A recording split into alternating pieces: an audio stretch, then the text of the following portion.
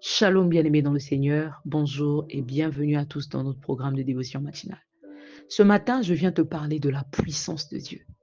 Lorsque nous lisons dans Ézéchiel 37 à partir du verset 1, la Bible dit que la main de l'Éternel fut sur moi. Et l'Éternel me transporta en esprit et me déposa dans le milieu d'une vallée remplie d'ossements. Il me fit passer auprès de tout autour. Et voici, ils étaient fort nombreux à la surface de la vallée et ils étaient complètement secs. Bien-aimé, on voit Dieu prendre un homme, le placer dans le milieu d'une vallée remplie d'ossements.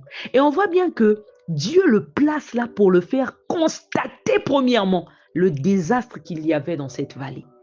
La Bible dit, il me fit passer auprès de tout autour. Et voici, ils étaient fort nombreux à la surface de la vallée. Et ils étaient complètement secs. Donc Dieu voulait premièrement qu'Ézéchiel constate les dégâts qu'il y avait dans cette vallée. Qu'il constate l'état dans lequel étaient ces ossements. Parce qu'au départ, on te parle simplement d'une vallée remplie d'ossements. Mais dans la suite, on te précise que ces ossements étaient complètement secs. Donc Ézéchiel a pris le temps de constater que ces ossements étaient complètement secs. Bien aimé, Dieu nous prend deux fois, il nous place dans des situations qui ont l'air insurmontables, qui humainement sont insurmontables. Et après, tu as comme l'impression qu'il te bime pas. Amen. Il te met à l'épreuve. Parce que la Bible dit dans la suite qu'il me dit, fils de l'homme, ces ossements pourront-ils revivre? Tu es ménopausé depuis 10, 15 ans. Mais Dieu te bipe. Tu fais des rêves où tu vois que tu mets au monde. Tu accouches d'une fille, d'un garçon, des jumeaux. Dieu te bipe. Donc c'est comme s'il te pose la même question qu'il avait posée à Ézéchiel. Ces os pourront-ils revivre? Il te bipe, bien-aimé. Et j'aime la réponse d'Ézéchiel. La Bible dit, je répondis, Seigneur éternel, tu le sais. Waouh! Tu le sais. Dieu te prend, il te place face à une situation humainement insurmontable. Mais tu as comme l'impression qu'il te bipe. Les gens, quand ils regardent cette situation, et même toi, quand tu ne regardes pas avec les yeux de l'esprit, tu te dis que non, ici c'est impossible. Tu rappelles à Dieu, comme Abraham, que j'ai 100 ans. Est-ce que tu te rends compte? J'ai 100 ans. Mais il sait que tu as 100 ans. Est-ce que quand Dieu te montre que tu as accouché alors que tu as 100 ans, est-ce que tu penses que lui ne sait pas que tu as 100 ans? Amen. Il connaissait la réponse. Mais il dit, fils de l'homme, ces os pourront-ils revivre? Ézéchiel répondit, Seigneur éternel, tu le sais. Il le sait, bien-aimé. Mais il te bipe. Il te bipe, bien-aimé. Il sait que tu n'as pas les compétences qu'il faut pour ce poste. Mais cependant, tu rêves tout le temps, tu es en train de travailler dans cette boîte. Il sait que tu n'as personne pour te placer là. Mais cependant, tu fais des rêves où tu te vois en train de travailler là-bas. Et toi, tu dis à Dieu, mais Seigneur, je n'ai personne. Est-ce que lui, il ne sait pas que tu n'as pas quelqu'un dans la vie pour te placer là? Mais il ne te bille pas. Tu le vois te montrer des choses. Ça, c'est, en fait, c'est ce que tu vois là, c'est la question que Dieu avait posée à Ézéchiel. Ces os pourront-ils revivre? La Bible dit, je répondis, Seigneur éternel, tu le sais, tu le sais. Toi-même, tu sais qu'on ne m'a pas accordé le visa, mais tu continues de me montrer que je suis dans ce pays-là. Alors que je viens même de recevoir un refus. On m'a donné un refus, mais toi, tu me montres que je suis là-bas. Ces os pourront-ils revivre? Et la Bible te dit dans la suite, il me dit, prophétise sur ces eaux et dis-leur, ossements desséchés, écoutez la parole de l'Éternel. Ah, bien aimé, ce que j'aime, c'est que Dieu demande à Ézéchiel de prophétiser en son nom.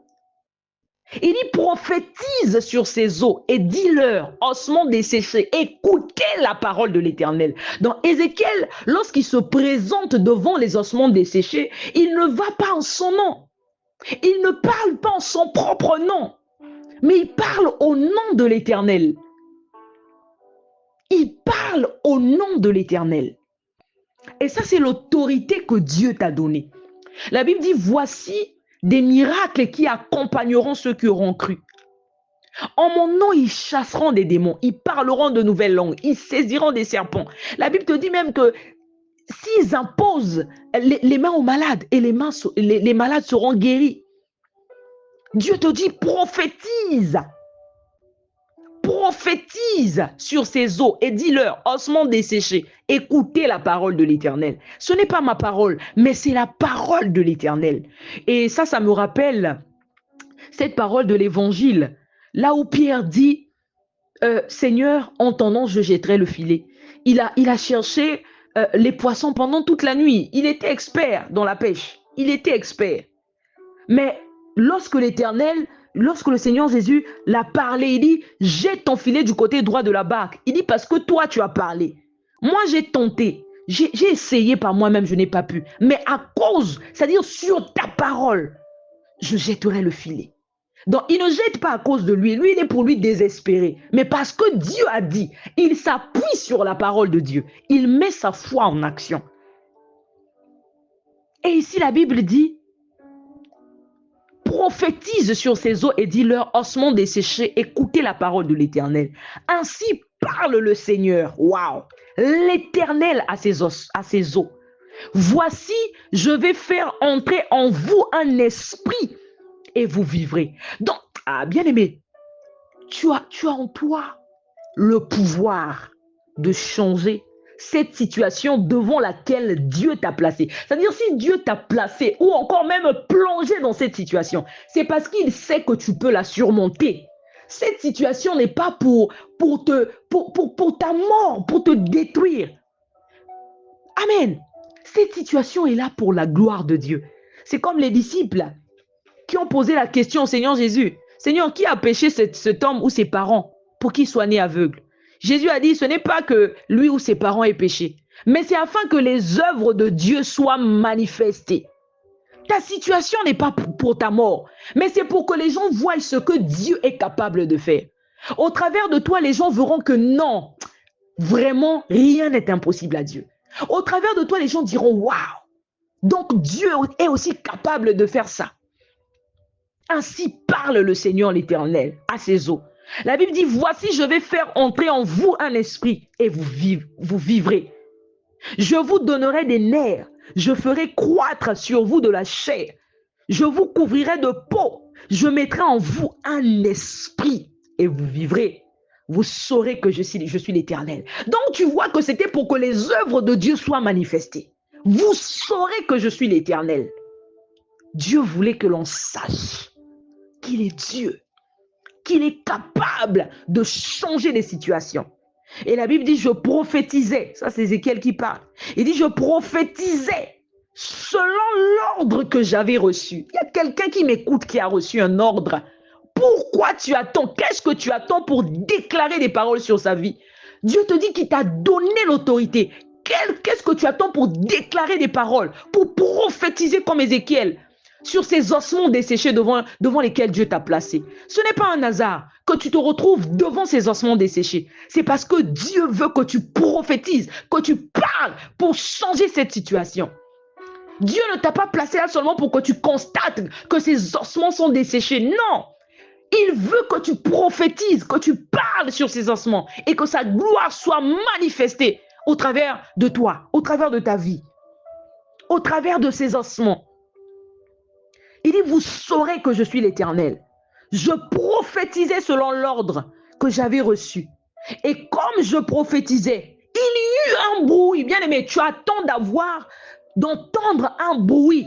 Alors que Dieu t'a dit prophétise, il t'a donné le pouvoir. Mais jusque-là, tu ne prophétises pas. Jusque-là, plutôt que de parler, tu te lamentes. La Bible dit, et voici, il se fit un mouvement. Et les eaux s'approchèrent les uns des autres. Bien-aimés, on te parle des eaux qui étaient complètement secs. On te parle là des eaux. On ne te parle pas d'un corps seulement, d'une dépouille. On te parle des eaux qui étaient complètement secs. Donc, d'une situation, on ne pouvait plus espérer de cette situation. La Bible dit, je regardais et voici, il leur vint des nerfs, la chair crue et la peau les couvrit par-dessus. Mais il n'y avait point en eux d'esprit. Bien aimé, c'est là aussi, tu te rends compte, il y a peut-être quelqu'un qui avait commencé à vivre le processus d'un miracle. Mais parce que tu n'es pas allé jusqu'au bout de ce que Dieu t'avait demandé de faire, tu as comme arrêté le processus de ce miracle. Et ça te donne l'impression que Dieu t'a menti. Tu as dit, ah, pourtant Dieu m'a dit, fais ceci, j'ai fait cela, mais jusque-là, il ne se passe rien. Mais est-ce que tu es allé jusqu'au bout? Amen. Ézéchiel a prophétisé, mais on te dit qu'il n'y avait point en eux d'esprit. Donc, quand il a prophétisé, la Bible dit que je regardais et voici, il leur vint des nerfs. Amen. Il a vu d'abord les os se rassembler, se mettre en mouvement, s'approcher les uns les autres. Et ensuite, la Bible dit qu'il a regardé et il a vu que après que ces os se soient rapprochés, mis en mouvement, la Bible dit il leur vint des nerfs, la chair crue et la peau les couvrit par-dessus. Mais il n'y avait point en eux d'esprit. Toi, quand tu as constaté que les choses avaient maintenant l'air d'aller, tu as arrêté de faire ce que Dieu t'avait demandé de faire parce que pour toi, le problème était résolu. Et la Bible dit dans la suite, il me dit, prophétise. Donc Dieu lui demande de prophétiser encore, de ne pas s'arrêter là. De ne pas s'arrêter là, mais d'aller jusqu'au bout.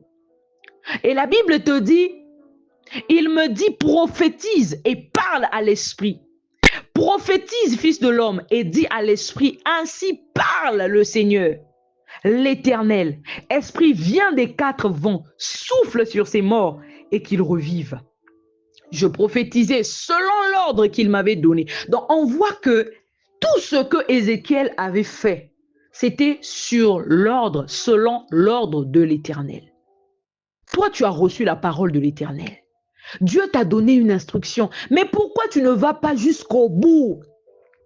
Dès que tu as commencé à constater quelque chose, tu as senti seulement l'odeur de l'exaucement, tu as paniqué. L'instruction que Dieu t'avait donnée, tu n'es pas allé jusqu'au bout. Tu n'es pas allé jusqu'au bout. Plutôt que de continuer, de demeurer dans l'état de prière, dans l'état dans lequel tu étais. Mais toi, tu es sorti de ce programme-là. Tu as arrêté avec cette instruction. Deux fois, Dieu, l'instruction qu'il t'avait donnée pour ton exaucement, deux fois, il t'avait dit, il faut te réveiller chaque 3 heures du matin pour prier. Tu as commencé, après, tu t'es arrêté. Deux fois, Dieu t'avait dit, non, tu dois faire la dévotion matinale. Chaque 5 heures, il faut que tu te réveilles pour faire la dévotion matinale. Tu as commencé. Quand tu as senti l'odeur de l'exaucement, tu t'es arrêté. Deux fois, Dieu t'avait dit, non, tu dois commencer les programmes de modération à l'église. Deux fois, il t'avait dit que tu dois prêcher. Deux fois, il t'avait dit que tu dois gérer le département de la jeunesse à l'église. Toi, tu as commencé. Dès que tu as seulement senti l'odeur de l'exaucement, deux fois, tu avais seulement fait un rêve seulement. Tu as rêvé que ça avait marché. Tu as arrêté. Tu as arrêté alors qu'il n'y a pas encore d'esprit dans ces ossements-là qui se sont mis en mouvement. Il n'y a pas encore d'esprit. Mais toi, tu t'es arrêté là. Parce que tu as senti l'odeur de l'exaucement. Et deux fois, on se plaint, on se lamente. On dit, Seigneur, pourtant tu m'avais révélé que ça allait marcher. Mais est-ce que tu as suivi les instructions que Dieu t'avait données à la lettre? Ou bien tu t'es arrêté quelque part parce que tu avais senti l'odeur de l'exaucement? Parce que tu avais fait un rêve que Dieu t'avait exaucé, que ça avait marché. Tu avais fait un rêve que tu avais eu le visa. Depuis que tu as fait ce rêve-là, les instructions que Dieu t'avait données, tu ne les suis plus. Parce que pour toi, ça a déjà marché. Tu as oublié que ce sont seulement des ossements qui sont en mouvement. Il n'y a pas encore d'esprit en eux. Il n'y a pas encore d'esprit. Tu dois aller jusqu'au bout. Amen. Ézéchiel ne s'est pas arrêté là. Quand il a regardé, la Bible dit qu'il leur vint des nerfs, la chair crue et la peau qui les couvrit par-dessus. Mais il n'y avait point en eux d'esprit. Il n'y avait pas encore d'esprit, bien-aimé. Et il a fallu qu'il prophétise encore, selon l'ordre de l'Éternel. Mais toi, Dieu t'a donné une instruction. Il t'a donné des instructions. Dès que tu as senti seulement l'odeur de l'exaucement, ou quelqu'un t'a... Deux fois, ce n'est pas toi qui as rêvé. C'est quelqu'un qui t'a donné une parole de connaissance. C'est quelqu'un qui a prophétisé sur toi. L'odeur de l'exaucement. Tu as abandonné les instructions que Dieu t'avait données. Tu as cessé de faire ce que Dieu t'avait demandé de faire. Alors que ton exaucement dépend de ton obéissance. Parce que si ici, Ézéchiel n'avait pas obéi, il n'aurait jamais expérimenté cela. Parce qu'il prophétisait selon l'ordre de l'Éternel. Donc quand on te dit selon l'ordre de l'Éternel, c'est une façon de dire qu'il avait obéi à la parole de Dieu. Lui, il ne faisait que faire ce que Dieu l'avait demandé de faire. Mais toi et moi, de fois, on est désobéissants. Mais on attend de voir un miracle. On espère alors qu'on est désobéissant. Et on traite des hommes de Dieu de menteurs, qui m'avaient trompé, ils m'avaient prophétisé, ils m'avaient donné une parole de connaissance. Finalement, ce n'était pas vrai. Non. Est-ce que toi, tu suis à la lettre ce que Dieu te demande de faire? Amen. Ézéchiel a obéi. Il a prophétisé selon l'ordre de l'Éternel.